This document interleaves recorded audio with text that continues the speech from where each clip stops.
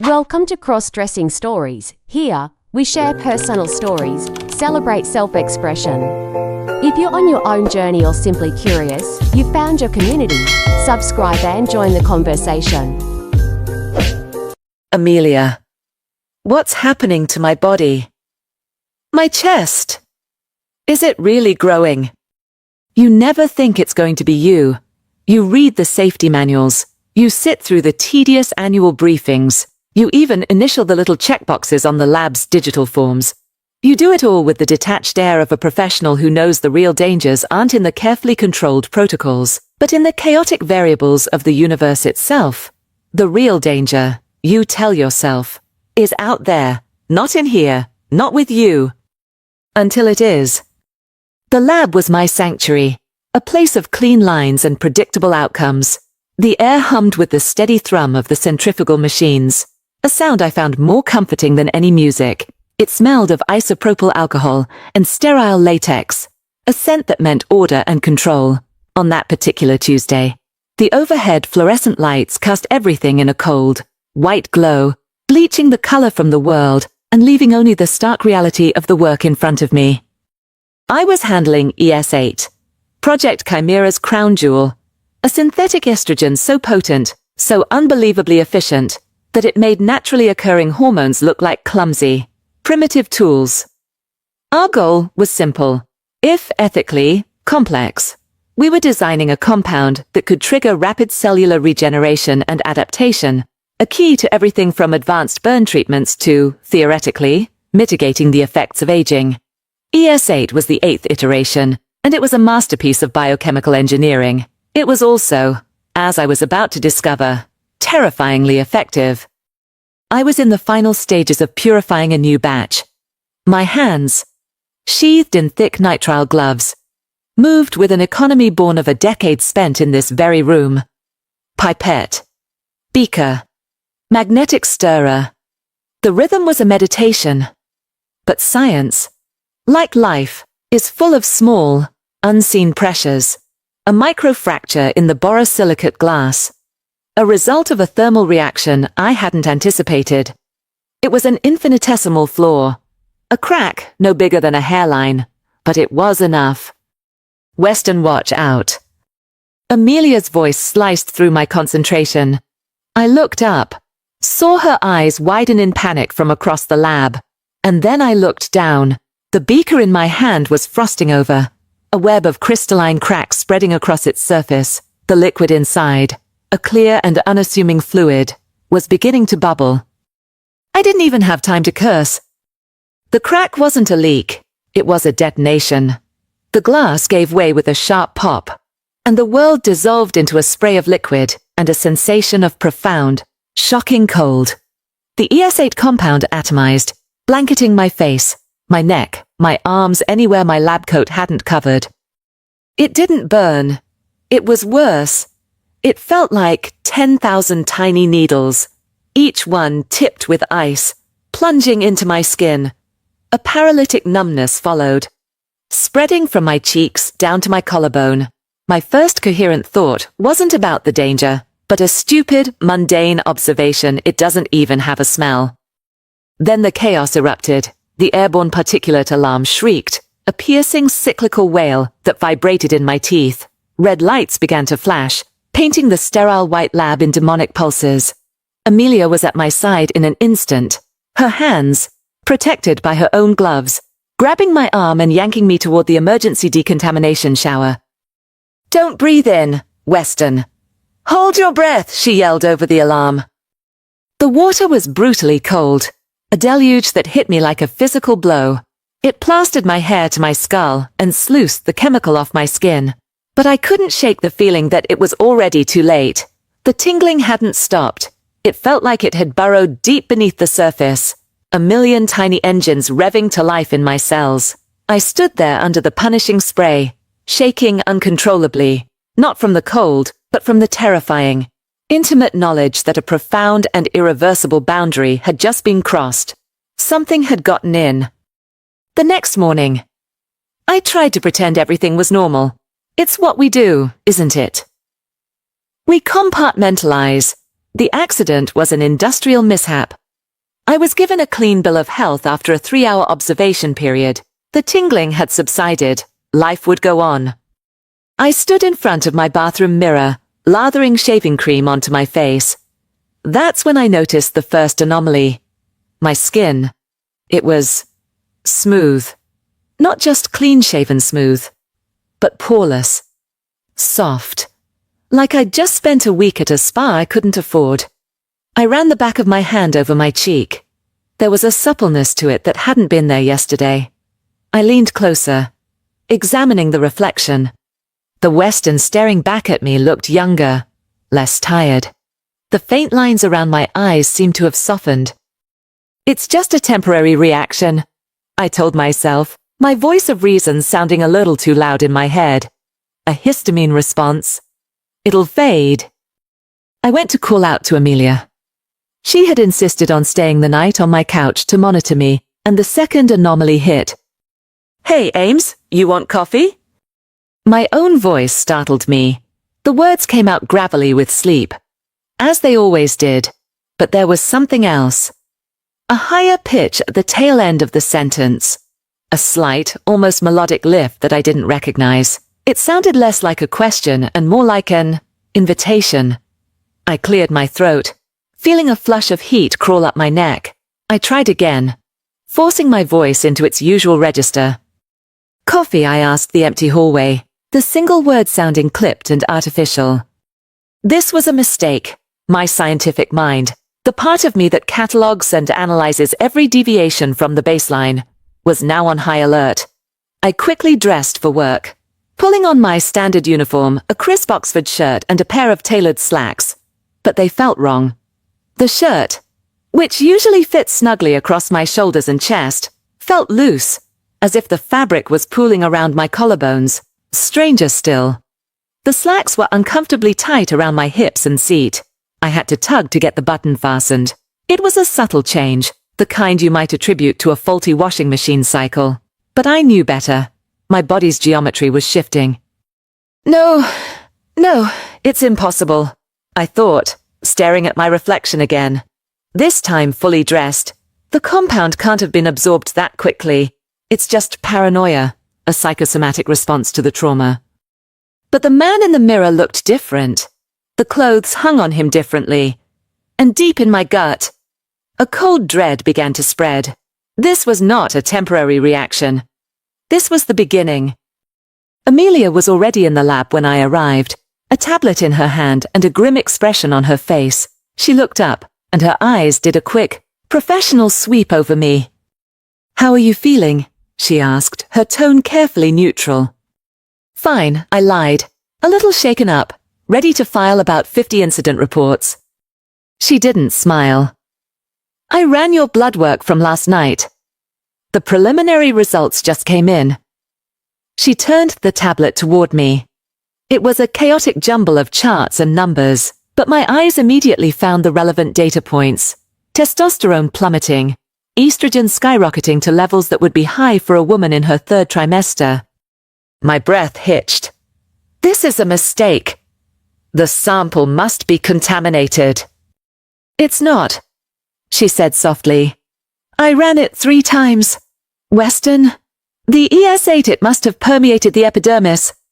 We designed it to be fast-acting, to bond with cellular receptors on contact. We just never tested this kind of contact, not on a living, breathing person." I sank into a lab stool, the metal legs scraping against the linoleum. The humming of the machines suddenly felt oppressive. So what does this mean? Hormone therapy. I'll be back to normal in a few months. Amelia hesitated, and in that small pause, my world fractured. She was the most brilliant biochemist I knew. But right now, she wasn't looking at me like a colleague. She was looking at me with pity. "We don't have a normal to go back to," she said, her voice barely a whisper. "ES8 doesn't just introduce hormones, Weston. It rewrites the body's instructions for using them. It's a catalyst. If it's already bonded with your system on a cellular level, Weston, your body is going to restructure itself. It will follow the new blueprint it's been given. I stared at her, my mind refusing to process the words. Restructure, blueprint. It was the detached, clinical language of a scientist, but the implications were deeply, horrifyingly personal. I don't accept that, I said. Standing up. My voice was colder. Sharper than I intended. It was the defensive shield of a man who felt the ground crumbling beneath his feet. It's a chemical imbalance. We can counteract it. We'll synthesize an anti-agent. We can try. Amelia agreed, though her tone lacked any real conviction. But we need to be realistic. We're in completely uncharted territory. I turned away from her, unable to look at the sympathy in her eyes. I ran a hand through my hair, and my fingers registered another change. The texture felt softer, finer. I clenched my fist, the knuckles feeling strangely delicate. Inside me, a storm of anxiety was raging, a hurricane of fear and denial. But on the outside, I was a scientist. I would observe. I would analyze. I would solve the problem. I had to. It was the only way I knew how to survive. The first time it happened, I almost convinced myself I had imagined it. I was reaching for a beaker on a high shelf, and the sleeve of my lab coat brushed against my chest. A sharp, stinging pain shot through me, so intense it made me gasp. It felt like a bad sunburn, but deep inside the muscle, I instinctively put a hand to my chest, my fingers pressing against the hard plane of my pectoral muscle through the cotton of my shirt. There was a tender, swollen knot of tissue there. Right under the nipple, it ached with a dull, persistent throb. Throughout the day, the sensations multiplied. My skin became exquisitely sensitive. I could feel the starchy texture of my shirt collar against the back of my neck, the rough seam of my trousers against my thigh. Every touch was amplified, every fabric a source of potential irritation. It was like my body's volume knob had been turned all the way up. That night, lying in bed, the feeling was undeniable. The simple pressure of the bedsheet on my chest was agonizing. I rolled onto my side, trying to find a position that didn't cause that hot, sharp ache. I closed my eyes and focused on the sensation. No, it wasn't just pain. It was a feeling of activity, of growth. It felt like something was blooming under my skin. A slow, insistent pressure, pushing outward. It was a quiet, internal process, but it was as real and tangible as the beat of my own heart. I lay there in the dark, sweating, one hand hovering protectively over my chest. The scientist in me wanted to document it, to name the process. But the man the Western I had always been was terrified. Something inside me was waking up, and I had no idea who or what. It was going to be. With every breath, I felt a faint, rhythmic pulse of pain in my chest. I thought back to the hook I had imagined opening this story with. The line I would one day say to Amelia. It wasn't a hook, it was a prophecy. Amelia, I whispered to the empty room, testing the words. I think my chest is hurting with every breath. And it was. It truly was. The first week was denial. The second was a quiet, creeping dread. By the third, there was no room for either. There was only the stark, undeniable evidence of my own body, which was methodically and relentlessly betraying the man I had always known. My voice was the most public of the changes. It lost its gravelly morning texture, smoothing out into something softer. I found myself unable to project it in meetings. It would crack and fail me. Defaulting to a higher, breathier register, colleagues started asking if I was coming down with a cold. I just nodded and blamed allergies. But the truth was, my vocal cords were physically changing, shortening, tightening. My own words were becoming foreign in my mouth. Then came the bigger, more structural shifts. I woke up one morning and my favorite pair of trousers, a classic grey flannel I'd had for years, simply wouldn't button. I sucked in my stomach. I pulled. I swore. It was no use. My hips had widened, just by an inch or so, but enough to render my entire wardrobe obsolete. At the same time, my waist seemed to be cinching inward. I caught a glimpse of my silhouette in a shop window and did a double take, stripped of my baggy lab coat. My body was beginning to take on a shape I'd only ever seen on women, an hourglass. A distorted, masculine version of one. But the gentle curve from waist to hip was there. It was horrifying. It was fascinating. The most intimate and alarming change was my chest. The initial tenderness had evolved into a constant, dull ache. The small knots of tissue had grown, swelling into soft, sensitive mounds. They were unmistakable now. They were breasts, small, but undeniably present. They strained against the fabric of my undershirts and were agonizingly sensitive to any accidental bump or brush. I started walking with my arms crossed over my chest, a defensive posture that did little to hide the truth. I became a stranger in my own skin. I'd catch my reflection and not recognize the person staring back. The jawline was a little softer, the fat distribution in my face shifting to create fuller cheeks, wider eyes. My body hair thinned, the wiry hair on my arms and chest becoming fine and almost translucent. I was being unwritten, erased from the inside out. Dressing for work became a daily exercise in misery. My male clothing, once a source of comfort and identity, now felt like a costume, and a poorly fitting one at that. My Oxford shirts were the worst.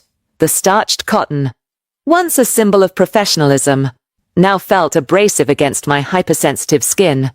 The buttons strained across my newly swelling ass and chest, creating an awkward, revealing pucker in the fabric. I took to wearing looser shirts, but that only made it look like I was hiding something, which, of course, I was. The tie, that ultimate symbol of masculine formality, felt like a noose. I'd cinch it in the morning, and by midday, I'd be gasping for air, my throat feeling constricted. My breathing had become shallower, more centered in my chest than my diaphragm, and the pressure of the knot was unbearable. I started loosening it in my office, a small act of rebellion against the uniform that was suffocating me. Even my shoes felt wrong. My feet had somehow become narrower, my arches higher. My expensive leather dress shoes now felt like clumsy boats. My gait, once confident and sure-footed, became hesitant. I felt unsteady, disconnected from the ground beneath me. I was constantly aware of my own body in a way I never had been before. I could feel the way my softened hips swayed slightly when I walked, a movement I couldn't control. I could feel the brush of my thighs against each other, the skin there now smooth and sensitive. I became a connoisseur of tactile sensations. I could tell you the difference between the harsh scrape of wool trousers and the slightly more forgiving slide of a cotton polyester blend. I could feel every seam, every tag, every point of friction where the architecture of my clothes fought against the new architecture of my body. It was a constant, low-level torture. One afternoon, sitting at my desk, trying to focus on a data spreadsheet, the feeling became overwhelming. The waistband of my pants was digging into my soft abdomen. The collar of my shirt was chafing my neck, and the fabric across my chest felt like sandpaper. A thought, unbidden and shocking, surfaced in my mind. My body, it doesn't want these things anymore. It was the first time I had thought of my body as a separate entity, something with its own desires and aversions, and its desires were in direct opposition to everything I, Western, had ever been. My life split in two. There was the Western who went to the lab every day, who tried to project an aura of calm authority, who spoke about a hypothetical anti-agent with a confidence he did not feel. Then there was the man who went home at night, locked the door, and became a meticulous observer of his own dissolution. The scientist in me couldn't help but be intrigued. It was, after all, the most unprecedented biological event in human history, and I was its sole subject. I started a new journal, a private one, locked away on a password-protected file on my personal computer. I documented everything. Day 21 waist measurement has decreased by a full inch. Hip measurement has increased by 1.5 inches. Subject's center of gravity is noticeably lower. Day 28. Lactiferous ducts are becoming more pronounced. Chest circumference now 38 inches. an increase of 2 inches, extreme sensitivity to cold and tactile pressure. Day 35. Voice analysis shows a sustained pitch increase of 15 Hz. Involuntary upward inflection at the end of declarative sentences is now common. I wrote these entries in the sterile, third-person language of a research paper. It was a way to create distance, to treat my own body as a specimen under a microscope. It was a coping mechanism.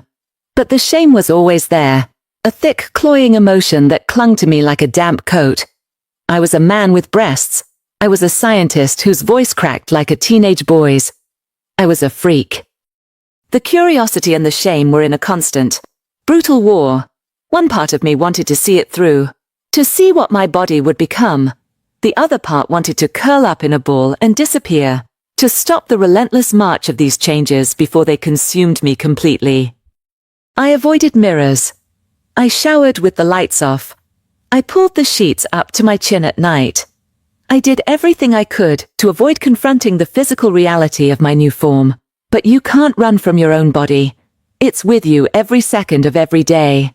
And mine was screaming at me, changing me, and pulling me toward a future I couldn't begin to imagine. The breaking point came on a Tuesday night. It had been nearly 2 months since the accident. I came home from the lab, exhausted and demoralized. Amelia and I had hit another dead end with the anti-agent. Every compound we formulated was neutralized by the ES8 in my system. It was like trying to put out a chemical fire with gasoline. I peeled off my work clothes, the fabric clinging unpleasantly to my skin, and walked into my closet to find something comfortable to wear, a simple t-shirt and a pair of sweatpants. That's all I wanted. I pulled on a t-shirt. It was so tight across my chest that the soft mounds were clearly, sharply defined. I ripped it off. I tried another. Same thing. I moved to my sweatpants. My last refuge of comfort. I couldn't get them up over my hips. I tried every pair I owned. None of them fit. Panic, cold, and sharp, seized me. I stood in the middle of my bedroom, surrounded by a wardrobe that no longer belonged to me, and I was, for all intents and purposes, naked and without shelter. I walked numbly to the full-length mirror on the back of my closet door, the one I had been so diligently avoiding. And I made myself look. The person staring back at me was a paradox, a monster of myth. From the neck up, it was still mostly Western, a softer, prettier version, but Western nonetheless. Below that, it was someone else entirely. The shoulders were still relatively broad, but they sloped now into a torso that was undeniably feminine, a narrow waist, flaring hips, and a pair of small perfectly shaped breasts. My legs were long and smooth, the muscles leaner, less bulky. It was a body caught between two worlds, a hybrid of male and female that belonged to neither. I saw it, truly saw it for the first time, and a strangled sob escaped my lips. My eyes scanned the closet, desperate for anything at all, that might make sense on this new body, and then I saw it. Tucked away, in the very back, in a garment bag I hadn't opened in years, was a dress, a silver, sequined flapper dress that belonged to my ex-girlfriend, Chloe. She had left it here after a New Year's Eve party 3 years ago, and I had never gotten around to giving it back. On any other day, I would have slammed the closet door shut, but tonight was different. Tonight, I was broken. My hand trembled as I unzipped the bag. The dress slithered out, a cascade of cool, metallic fabric. I held it up. It shimmered under the bedroom light, thousands of tiny sequins winking at me. I touched it. The fabric was heavy, but the silk lining was unimaginably soft against my fingertips. I didn't think. I just acted. It was an impulse born of pure desperation. My clothes didn't fit me. My body didn't fit me. Maybe. Just maybe. This would... I pulled the dress over my head. The sensation was electric. The cool, smooth silk slid down my back, over my sensitive skin, in a way that felt less like putting on clothing and more like shedding a skin I no longer needed. The weight of the sequins settled around me. The dress was sleeveless, leaving my arms bare. The neckline was a modest scoop. It settled at my waist, then draped over my hips, and it fit. It didn't just fit. It fit perfectly, horrifyingly, miraculously. Perfectly. The loose, straight cut of the 1920s style didn't cling or bind. It skimmed. It followed the new lines of my body as if it had been tailored for them.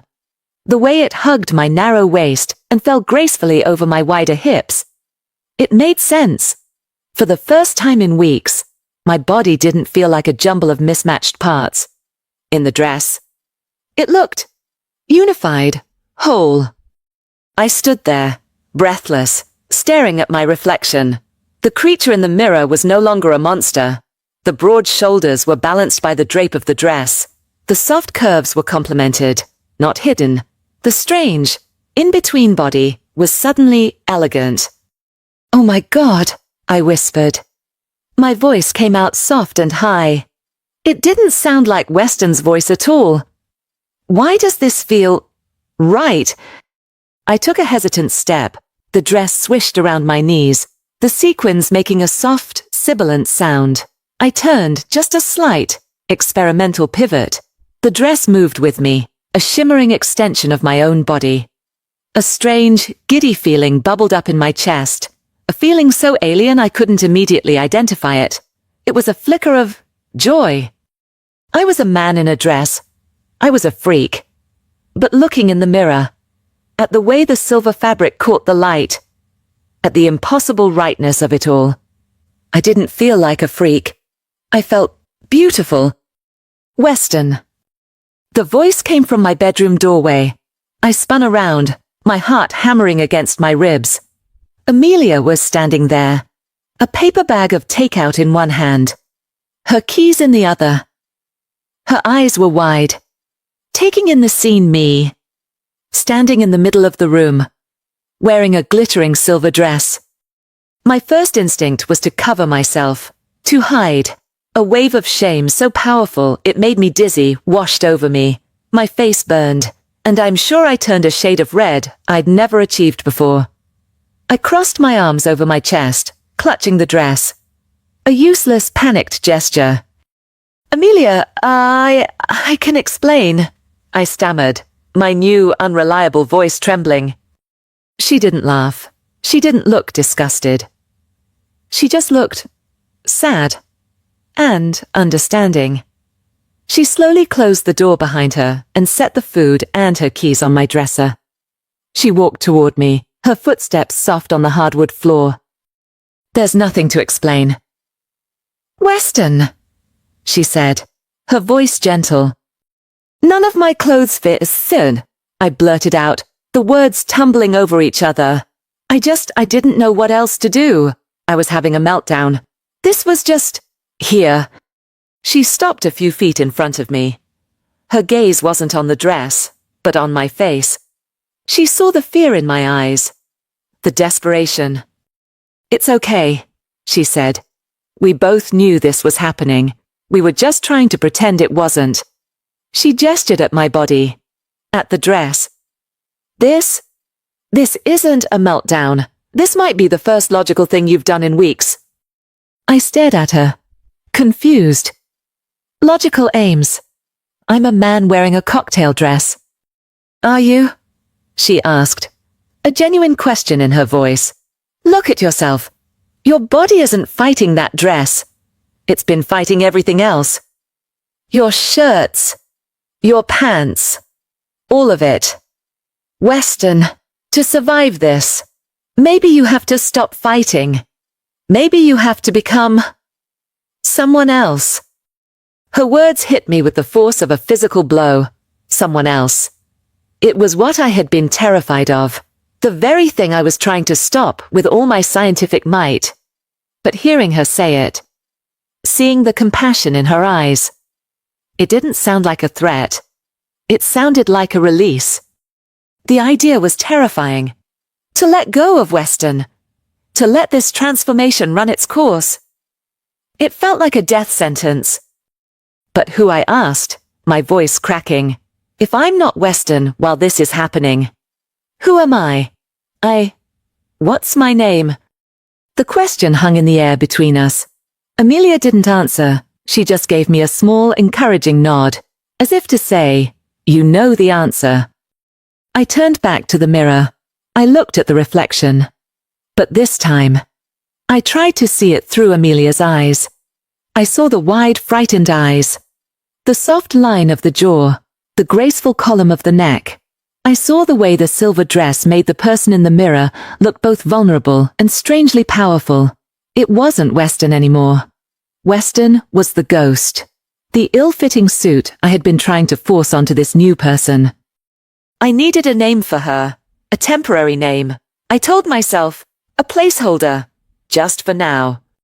I thought of names I'd always liked, classic, simple names, names that felt right. And then, one just surfaced, floating up from some unknown part of my consciousness. It was soft, but with a hint of strength. It was pretty, but not frivolous. Marley, I said aloud. The name felt strange and perfect on my tongue. I looked at my reflection at her reflection. The woman in the silver dress with the short dark hair and scared eyes. She looked like a Marley. Hello, Marley, Amelia said softly from behind me. And for the first time, when I looked in the mirror, I didn't see a monster. I saw a beginning. The next few days were a blur. We made a decision, Amelia and I. If I was going to stop fighting my body, I had to stop fighting the world. I couldn't continue to show up at work as Western, a man who was visibly, rapidly, becoming a woman. It was unsustainable. The only alternative was for Western to disappear for a while. Medical leave, Amelia stated. All business indefinite, citing complications from the chemical exposure. It's not even a lie. And in his place, Marley Hale. Amelia continued, typing furiously on her laptop. She was creating a new identity. A temporary contract for a research assistant. Hale was my mother's maiden name. It's untraceable. You'll be my new assistant. Hired to help me manage Dr. Guesistonden's caseload while he's recovering. The plan was insane. It was also the only one we had. But to pull it off, I Marley needed an education. I had the body, more or less, but I had none of the skills. Amelia became my drill sergeant. Our training ground was my apartment, which we quickly transformed into a feminine boot camp. She started with the walk. You're walking from your shoulders. Like a man, she'd say, tapping my hip. Walk from here. Let your hips lead. It's about balance, not force. She had me walk back and forth across my living room in a pair of her old shoes' sensible block heels, only about 1.5 inches high. At first, I felt like a newborn foal, all wobbly ankles and jerky movements. But she was patient. Smaller steps. Let your arms swing naturally. Don't fight it. Then came the clothes. We went on a frantic, late-night shopping trip to a 24-hour department store in a town an hour away. The experience was surreal, under the harsh fluorescent lights. I was a nervous wreck, hiding behind Amelia as she pulled items from the racks. We need the basics, she said, her voice a low, conspiratorial whisper. Blouses, a couple of skirts, some comfortable dress pants, and the foundation. She led me to the lingerie department. I froze. The aisles were a forest of lace and silk in every color imaginable. I had never felt so out of place in my entire life. My face was burning. I can't, I mumbled. You have to, she said firmly, but not unkindly. You need the support. It will change how your clothes fit, how you stand, how you feel. Trust me. She helped me find my size, a process that was both clinical and mortifyingly intimate. We bought simple, unadorned bras in neutral colors and soft, comfortable underwear made of cotton and modal. The first time I put on a bra in the fitting room, the sensation was shocking. The band was snug around my ribcage, the straps a gentle pressure on my shoulders, and the cups. They lifted and held my sensitive chest, cradling the new weight. The constant aching was immediately lessened. The feeling was one of containment, of security. It felt correct. We bought a simple makeup kit, and Amelia taught me how to apply a light foundation to even out my skin tone, a bit of mascara to make my eyes look bigger, and a neutral gloss for my lips. She brought over a wig she'd ordered online, a simple, shoulder-length brown bob with soft bangs. The moment I put it on, the transformation was complete. The person looking back at me from the mirror was no longer a man in a dress. She was a woman. She was Marley. Walking into the research institute as Marley Hale was the single most terrifying experience of my life. Every nerve in my body was screaming. I was wearing a simple navy blue sheath dress, a beige cardigan, and the low-heeled shoes I'd been practicing in. My handbag felt alien and clumsy hanging from my shoulder.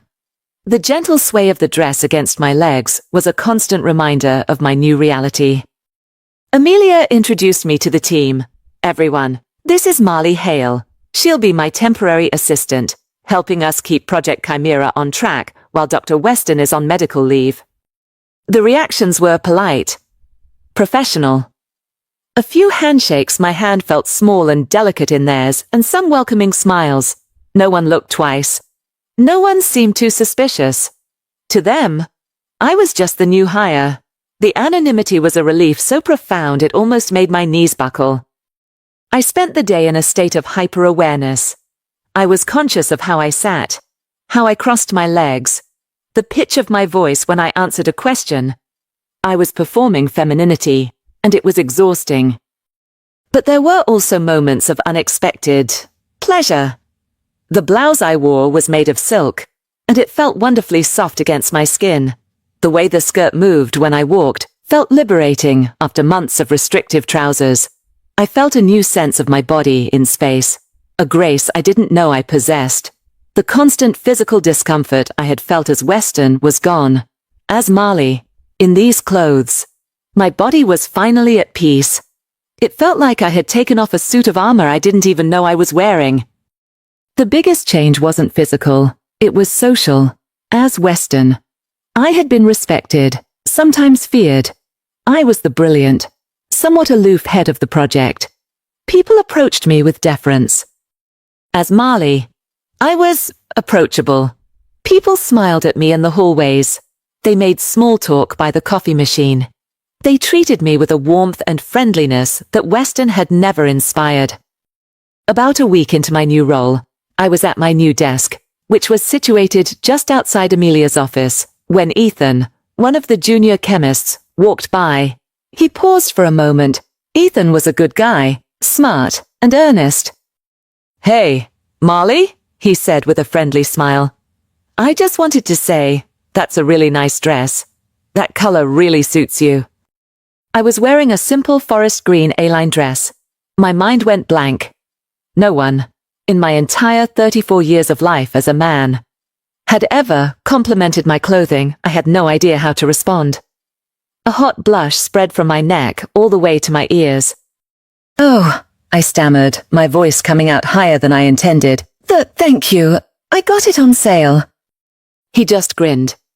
"Well, good find. Have a good afternoon." He walked away, leaving me completely flustered, but underneath the embarrassment was a different feeling. A warm, fluttering sensation in my stomach that spread through my chest. It was a novel and strangely pleasant experience to be seen, to be noticed, not for my intellect or my authority, but just for me, for the way I looked. It was superficial, maybe, but it was also validating in a way I couldn't explain. My body, this new body that had been a source of so much fear and shame, had just been called nice. The compliment wasn't for a costume, it was for Marley. The days turned into weeks. The performance of being Marley started to feel less like a performance. I learned the rhythms of it. I learned how to modulate my voice without thinking, how to move in a way that felt natural. I even started to enjoy the small rituals, putting on my makeup in the morning, choosing an outfit, the light scent of the perfume Amelia had bought for me. The strangest moments were at night. I'd get home, close my apartment door, and the day would be over. I'd take off the wig, the unfamiliar weight of it lifting from my head. I'd wipe away the makeup with a soft cloth, and I'd look in the mirror. The face that stared back was Weston's, but it was starting to look like a mask. The features were mine, but they felt increasingly alien. The sharp jaw, the faint shadow of stubble I now had to shave twice a day, the short hair. This was the stranger now. This was the costume. One night, after a particularly good day at the lab where I'd made a small breakthrough on a data analysis problem, I stood in front of the mirror and saw Weston's tired face. For a moment, I tried to reconnect with him, to feel what it was like to be him. I tried to lower my voice, to stand the way he did, to summon his old confidence. Nothing happened. He was a ghost, a memory. A terrifying question echoed in the quiet of my apartment. Am I really becoming Marley? I placed a hand on my chest, over my heart. The skin was soft, the shape beneath it was round. I closed my eyes, and the answer came back. Not in words, but in a feeling of peace, a feeling of rightness. Maybe the question wasn't, am I becoming Marley? Maybe it was, have I been Marley all along? For 3 months, the fragile new world I had built with Amelia held strong. I settled into my role as Marley Hale, becoming a competent and well-liked fixture in the lab. My work thrived, freed from the constant physical and mental stress of being Western.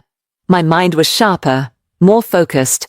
I was making connections in the Project Chimera data that I had missed before. Life had a rhythm, a strange and precarious new normal. But a secret as big as mine can't stay hidden forever. It just festers, waiting for the right conditions to explode.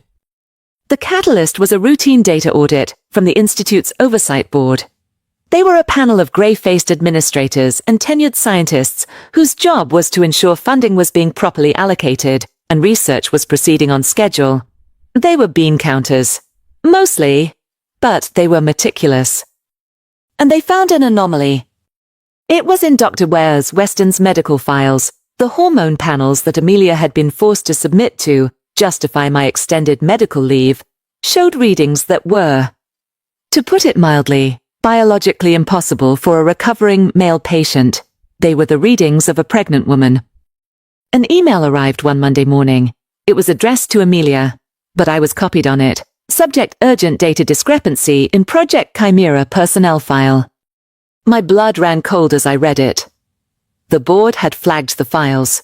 They noted a statistical improbability and requested a full in-person report from Dr. Amelia Reed and a current status update, also in person, from Dr. Weston Davies. The meeting was scheduled for Friday. I looked up from my screen, my heart pounding a frantic rhythm against my ribs. Amelia was already standing in her office doorway, her face pale. She'd seen it. Too. They know something's wrong, I whispered, my voice barely audible. They don't know what, she corrected, though her voice lacked its usual confidence. They just know the numbers don't add up. They probably suspect we're falsifying medical records to extend your leave. Maybe to cover for a bigger failure in the project. The irony was crushing. They suspected fraud. And in a way, they were right. We had committed a massive deception.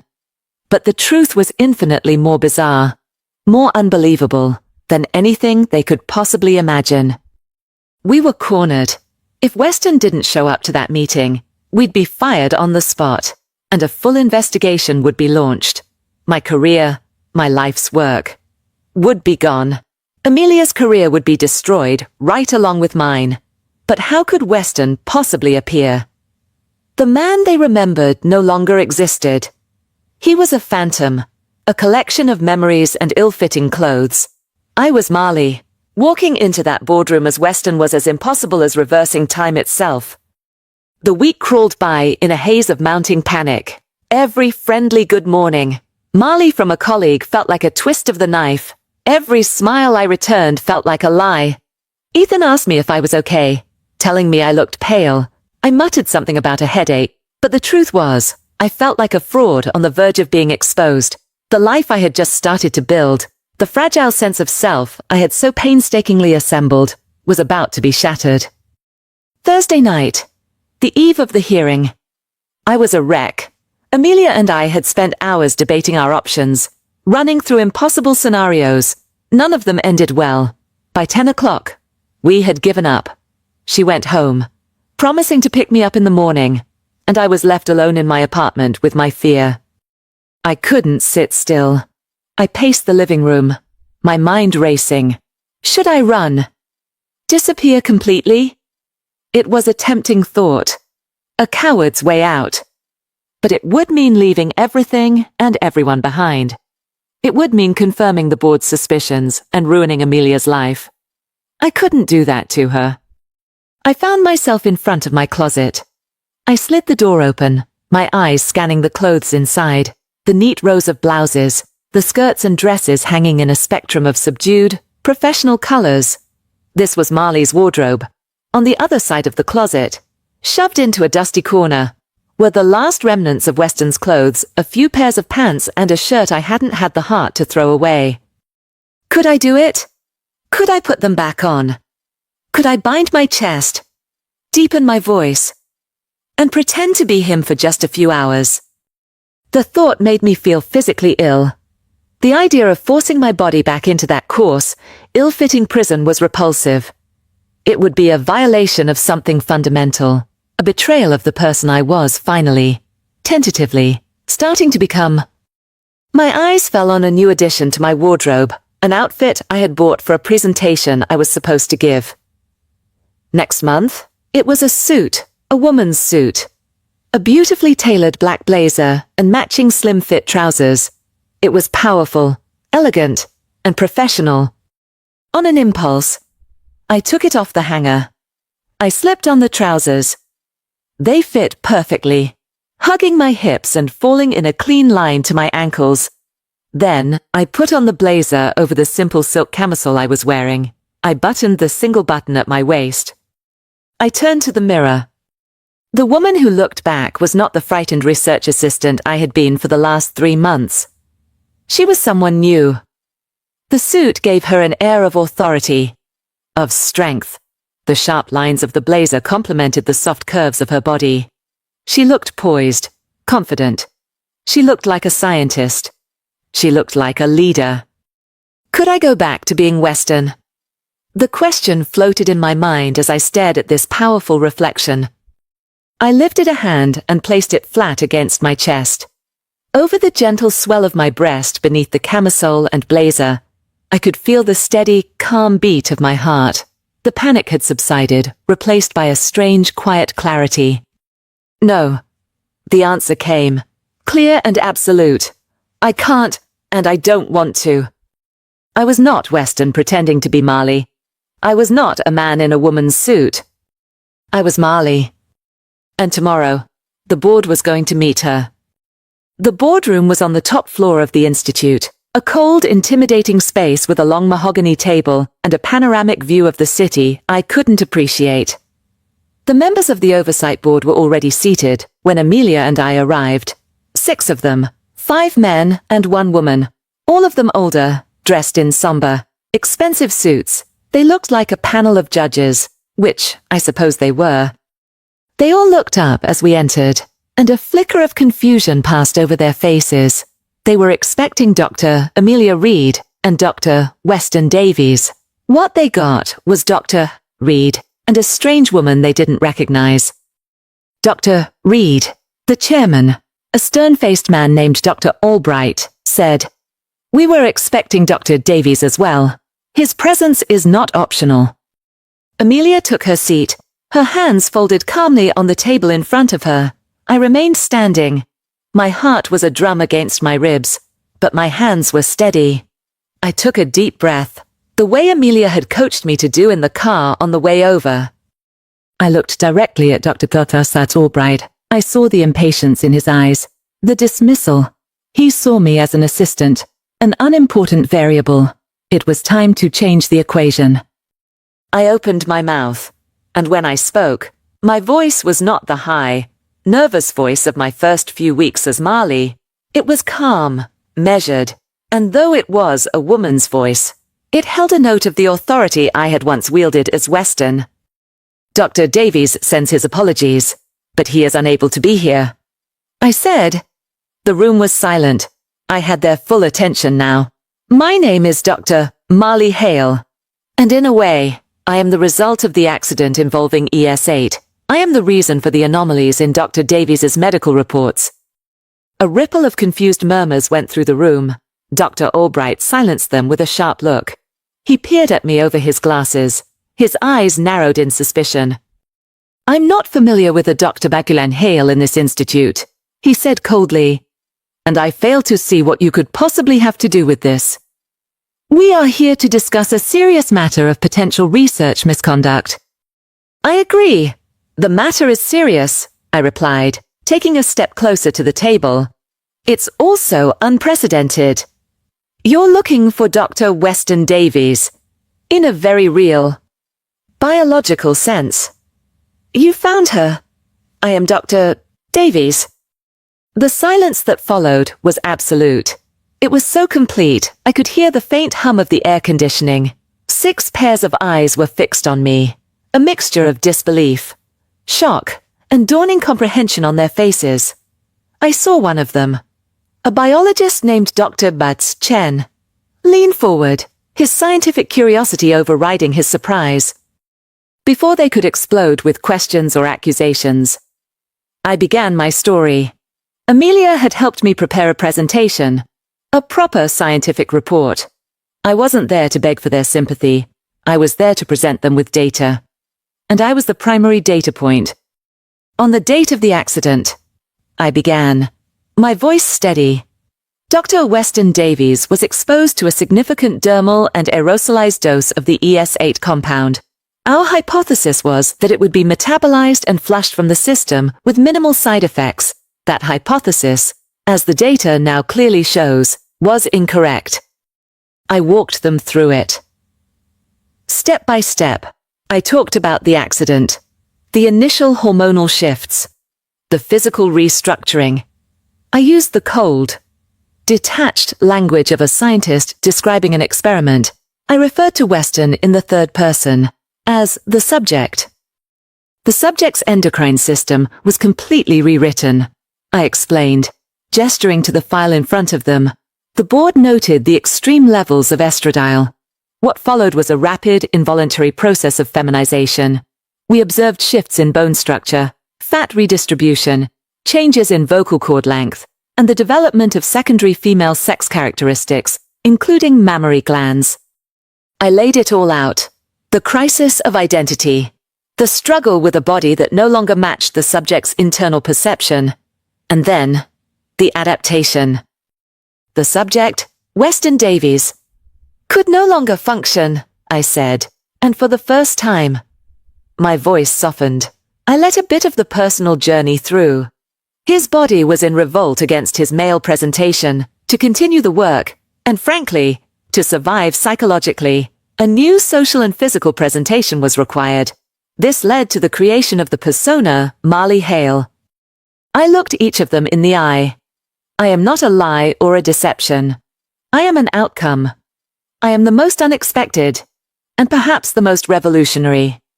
Result of Project Chimera. The ES8 compound doesn't just treat symptoms, it fundamentally remodels the host's biology, according to a new hormonal blueprint. I am the living proof of concept. I finished by making my case. Project Chimera cannot be led by a ghost. Weston Davies is gone, for all practical purposes, but the scientist, the mind that conceived of this project, is still here. I am asking the board to officially recognize my new legal and professional identity as Dr. Marley Hale, and to allow me to continue my work as head of this project. The room was quiet for a long time after I finished. The board members looked at each other, at me, at the file in front of them. They were in shock. But they were also scientists. They understood. data, and I had just presented them with the most compelling data of their careers. Dr. Albright finally cleared his throat. This is highly irregular. The situation is highly irregular, Dr. Chen countered, looking at me with an expression of pure, unadulterated scientific awe. This isn't fraud. This is a breakthrough, a terrifying, accidental, human breakthrough. They asked Amelia and me to leave the room while they deliberated. We waited in the hallway, the silence stretching for what felt like an eternity. I leaned against the wall, my energy completely spent. Amelia stood beside me, and for a moment, she reached out and squeezed my hand. It was a small gesture, but it meant the world. After 20 minutes that felt like 20 years, the door opened. Dr. Albright motioned for us to come back inside. His expression was unreadable. We took our seats. The board has reviewed the evidence you've presented, he began, choosing his words carefully. We have also reviewed the project's progress reports for the last 3 months, which have been filed under your supervision. Dr. Reed, but authored primarily by your new assistant. He looked at me. The progress you have made in that time is significant. In fact, it's more progress than the project has seen in the last year. He took off his glasses and rubbed his eyes. A flicker of humanity breaking through his stern exterior. By a vote of 4-2, he said, the board has approved your request. Your temporary contract will be terminated. Miss Imran Hale, and a new permanent contract will be issued for Dr. Marley Hale as the Director of Project Chimera, effective immediately. We will assist you with the necessary legal and administrative paperwork. He looked at me, a strange mix of disbelief and respect in his eyes. Welcome aboard, Dr. Hale. Now, don't ever let something like this happen again. Relief washed over me so completely that I felt lightheaded. I had done it. I hadn't just survived. I had won. 1 year later, I stood at a podium in a vast auditorium in Geneva. The lights were bright, the air thick with anticipation. Hundreds of the world's leading scientists, doctors, and bioethicists were looking up at me, their faces a sea of expectation. The woman at the podium bore little resemblance to the frightened creature in the silver dress, and even less to the man named Weston Davies. My brown hair, no longer a wig, was my own. It fell in a sleek, straight curtain just past my shoulders. I was wearing a charcoal grey dress with a sharp, modern cut, and a pair of elegant but sensible heels that I now walked in as if I'd been born in them. I was no longer performing. I was simply being. The ES8 compound, I said, my voice clear and confident, amplified by the microphone, was never intended for human transformation. Its purpose was regeneration. But as is so often the case in science, the most profound discoveries are not the ones we seek, but the ones that find us. I clicked to the next slide, which showed a complex molecular diagram.